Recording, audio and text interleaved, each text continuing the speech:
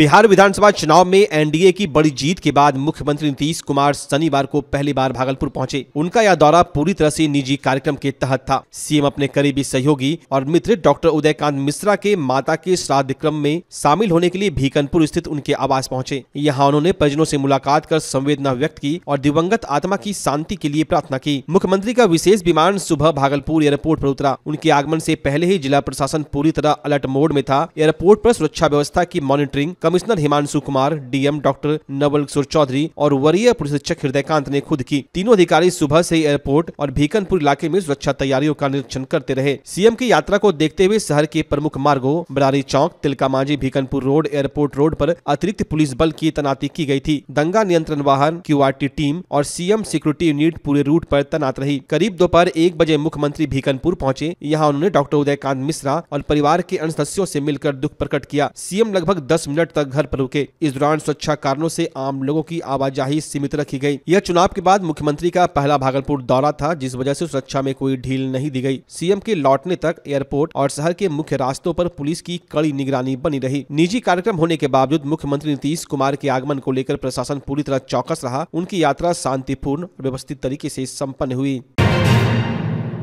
भागलपुर शहर को लगातार बढ़ रहे सड़क जाम और अतिक्रमण की समस्या से अब जल्द ही राहत मिलने की उम्मीद है। नगर निगम प्रशासन ने अतिक्रमण हटाने के लिए कड़ा रुख अपना लिया है और जल्द ही बुलडोजर चलाने की तैयारी है। नगर आयुक्त शुभम कुमार ने बताया कि शहर की लगभग 17 सड़कों पर अवैध रूप से अतिक्रमण है। जिलाधिकारी डॉक्टर नवल किशोर चौधरी और सिटी एसपी ने उन्हें और नगर निगम को इस पर कार्रवाई करने का आदेश दिया है। नगर आयुक्त ने बताया कि कार्रवाई 2 चरणों में होगी। पहले माइकिंग के जरिए अस्थायी दुकानों को अलर्ट किया जाएगा। सरकारी या निगम की जमीन पर अतिक्रमण कर पक्का निर्माण करने वालों की संबंधित इलाकों के सीओ से पैमाइश कराई जाएगी और उसे हटा दिया जाएगा। नगर आयुक्त शुभम कुमार कुशवाहा ने जानकारी दी कि यह बड़ी कार्रवाई 1 सप्ताह के अंदर शुरू कर दी जाएगी। बता दें, पिछले 1 सप्ताह से एनएच और बाईपास की सड़कों पर दिन और रात लगातार जाम की स्थिति बनी हुई है, जिसके बाद प्रशासन हरकत में आया है। इसमें जो है जिला पदाधिकारी महोदय के द्वारा जो है मीटिंग विस्तृत किया गया है और एसपी सिटी सर के साथ में हम लोग मिल करके एक प्लानिंग किए हैं, जिसमें कि शहर में 17 जो मुख्य सड़क है उसको हम लोग चिन्हित किए हैं और उस पे अतिक्रमण की दस्ता जाती है और अतिक्रमण खाली करवाया जा रहा है और फाइन भी हम लोग जो है डेली बेसिस पर हम लोग लगा रहे हैं। साथ ही साथ जो उल्टा पुल हो गया और जो स्टेशन चौक हो गया, वहाँ पे निदान पाने के लिए हम लोग उसको 1 वे जो है वो हम लोग करने जा रहे हैं।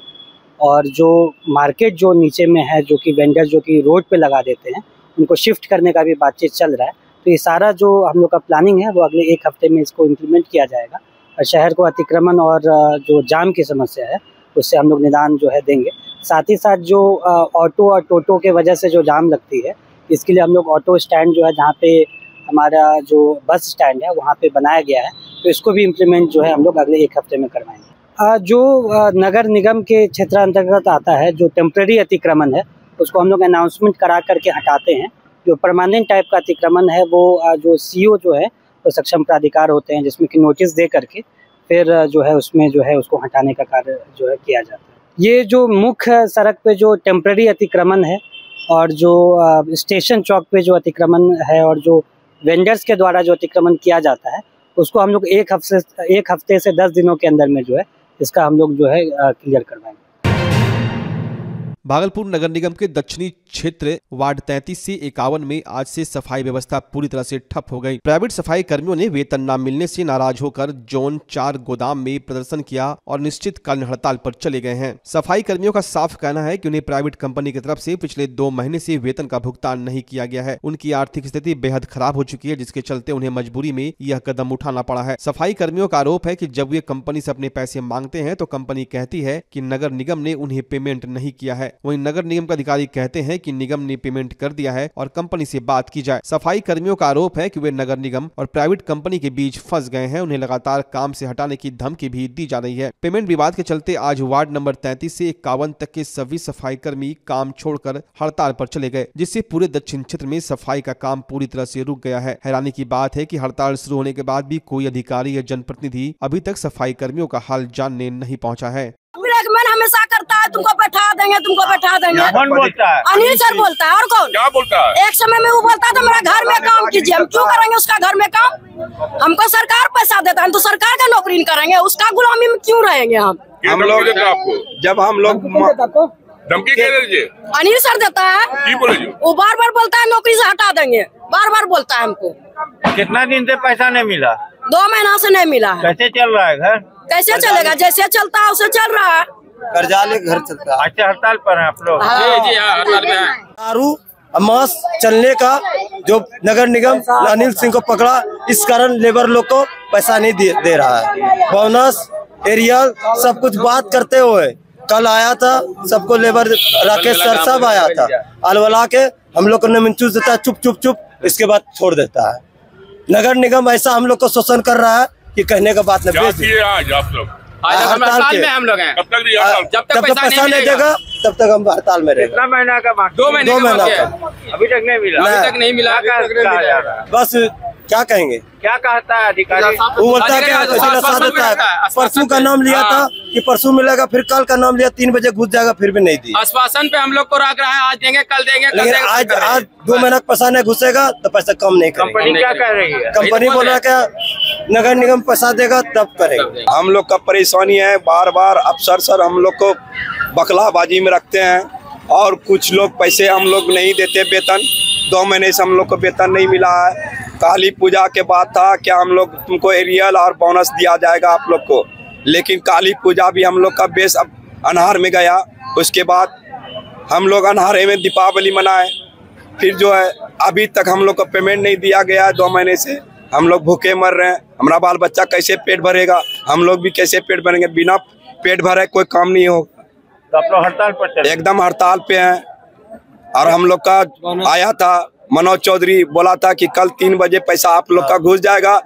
अभी तक 3 बज रहा है, अभी तक पेमेंट नहीं आया है। यहाँ तक पदाधिकारी भी हम लोग को बकलाबाजी करके रखते हैं और लेबर से काम लेते हैं।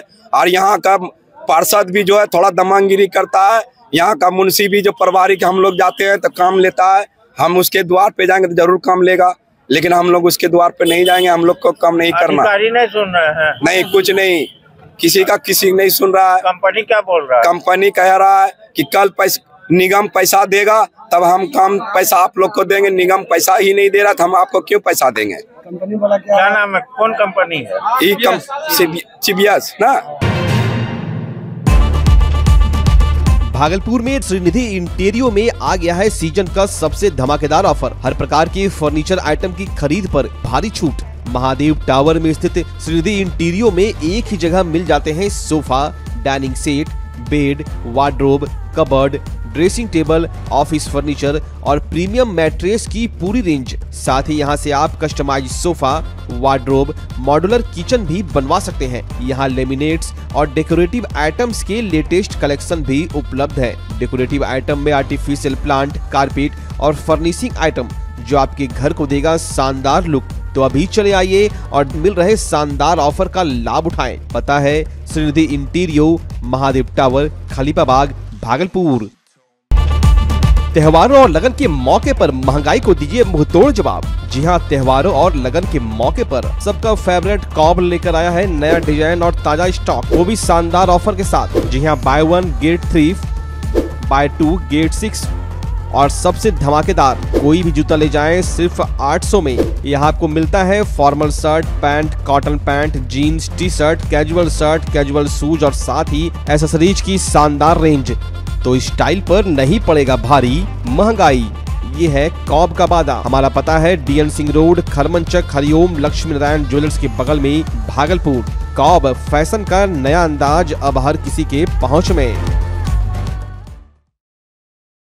भागलपुर का पहला NABH मान्यता प्राप्त अस्पताल ओम ENT एंड मैटरनिटी हॉस्पिटल। यहाँ मिलती है कान, नाक, गले और मैटरनिटी संबंधित अत्याधुनिक सुविधाएं। यहाँ ब्लडलेस और दूरबीन विधि, एंडोस्कोपी, ब्रोंकोस्कोपी और मॉड्यूलर ऑपरेशन थिएटर की सेवाएं 24 घंटे उपलब्ध है। साथ ही यहाँ ऑडियोलॉजी और स्पीच थेरेपी की भी सुविधा उपलब्ध है। महिलाओं के लिए मॉड्यूलर लेबर टेबल और सिजेरियन सेक्शन टेबल के साथ 24 घंटे संपूर्ण मैटरनिटी की सुविधा उपलब्ध है। साथ ही यहाँ बांझपन के इलाज के लिए सेवाएं उपलब्ध है। हमारे यहाँ कैशलेस सुविधा सुविधा उपलब्ध है। हमारा लक्ष्य आपकी सेहत और सुरक्षा। ओम ENT एंड मैटरनिटी हॉस्पिटल, हर कदम पर आपके साथ।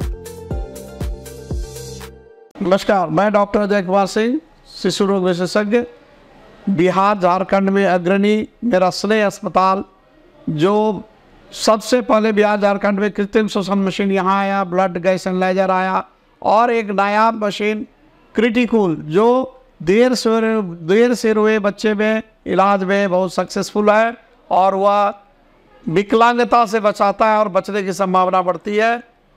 वो मशीन जो देर से रोया बच्चा है उसमें 3 डिग्री कम टेम्परेचर पर रखा जाता है और 3 दिन के लिए रखा जाता है, लेकिन वो 6 घंटे के अंदर उसको उसमें रखना पड़ता है। तो आप इसका लाभ उठाएं। और दूसरी बात, जो आयुष्मान योजना है उसके तहत 5 लाख का चिकित्सा आप अपने नवजात के लिए, बच्चों के लिए आप यहाँ उपलब्ध है, उसको ले सकते हैं। ध्यान रहे कि 5 साल के कम के उम्र में के बच्चों को आयुष्मान कार्ड की अलग से ज़रूरत नहीं है। यदि आपके माता पिता का नाम है तो वो इसमें लाभुक हो सकता है और आप इसका लाभ उठा सकते हैं। धन्यवाद।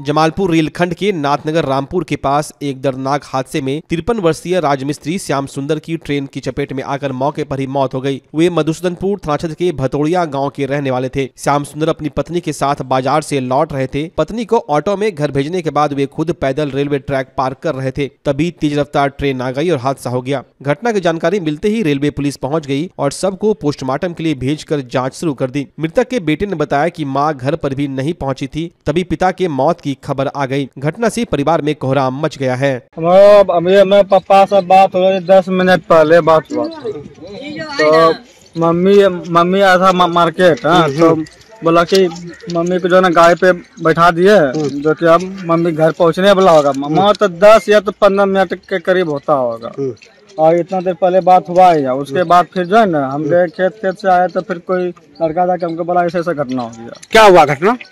बोला कि आपका पिताजी ट्रेन में कट गया। क्या नाम आपके पिताजी का? श्याम सुंदर मंडल। घर? भतोड़िया। कहाँ आए थे वो? मार्केट नाथनगर। कितने बजे घर से निकले थे? घर से तो मेरा पापा कल निकला था। कोई तरह का झगड़ा वगड़ा? ना, कुछ नहीं, एकदम नॉर्मली, कोई जगह नहीं।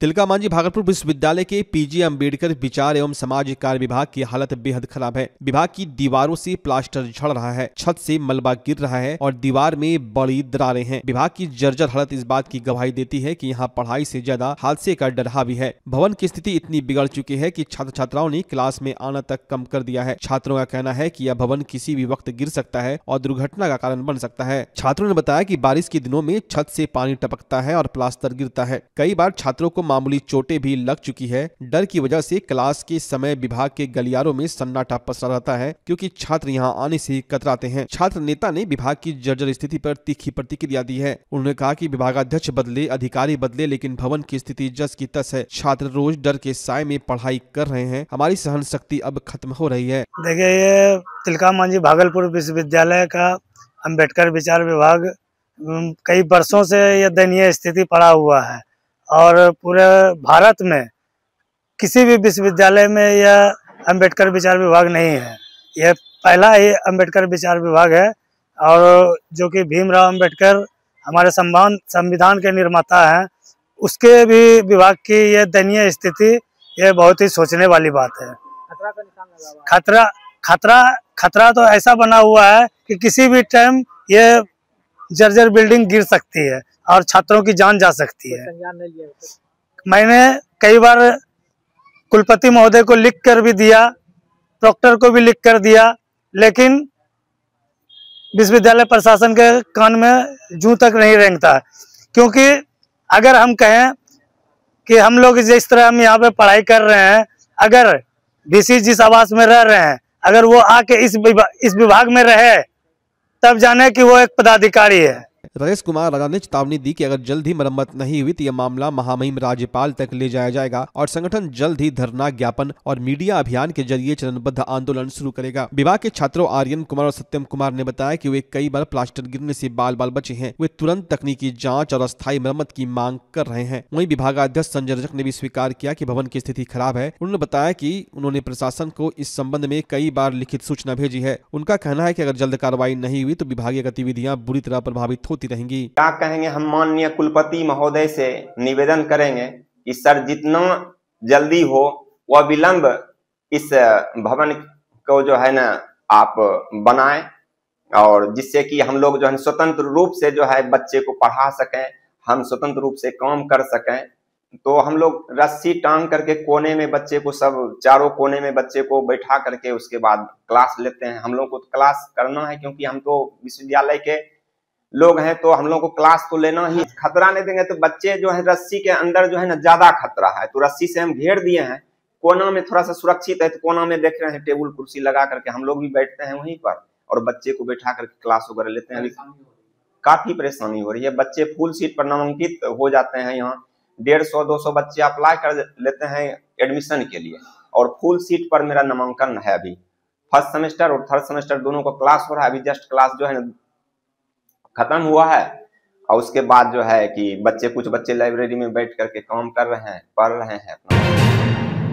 सुल्तानगंज नगर परिषद में अपनी मांगों को लेकर सफाई कर्मियों की हड़ताल तीसरे दिन भी जारी रही। हड़ताली कर्मचारियों ने शहर में जुलूस निकाला और अपनी मांगों को लेकर स्थानीय थानेदार मृत्युंजय कुमार और विधायक प्रोफेसर ललित नारायण मंडल के आवास पर पहुंचकर धरना प्रदर्शन किया। विरोध प्रदर्शन के दौरान स्थानीय विधायक ने सभी सफाई कर्मियों से बातचीत की और मामले को शांत करने की कोशिश की। उन्होंने तुरंत नगर परिषद के कार्यपालक पदाधिकारी और नगर सभापति राजकुमार गुड्डू से फोन पर बात की। विधायक ने अधिकारियों को सभी सफाई कर्मियों की मांग को पूरा करने के लिए जरूरी दिशा निर्देश दिए। विधायक ने यह भी स्पष्ट किया कि अगर मांगे पूरी नहीं होती तो आगे की कार्रवाई करेंगे। वहीं विधायक के आश्वासन और हस्तक्षेप के बावजूद भी सफाई कर्मियों ने अपनी मांग को लेकर हड़ताल जारी रखने का फैसला किया है। वहीं सफाई कर्मियों की हड़ताल पर रहने से शहर की साफ सफाई की व्यवस्था चरमरा सी गई है।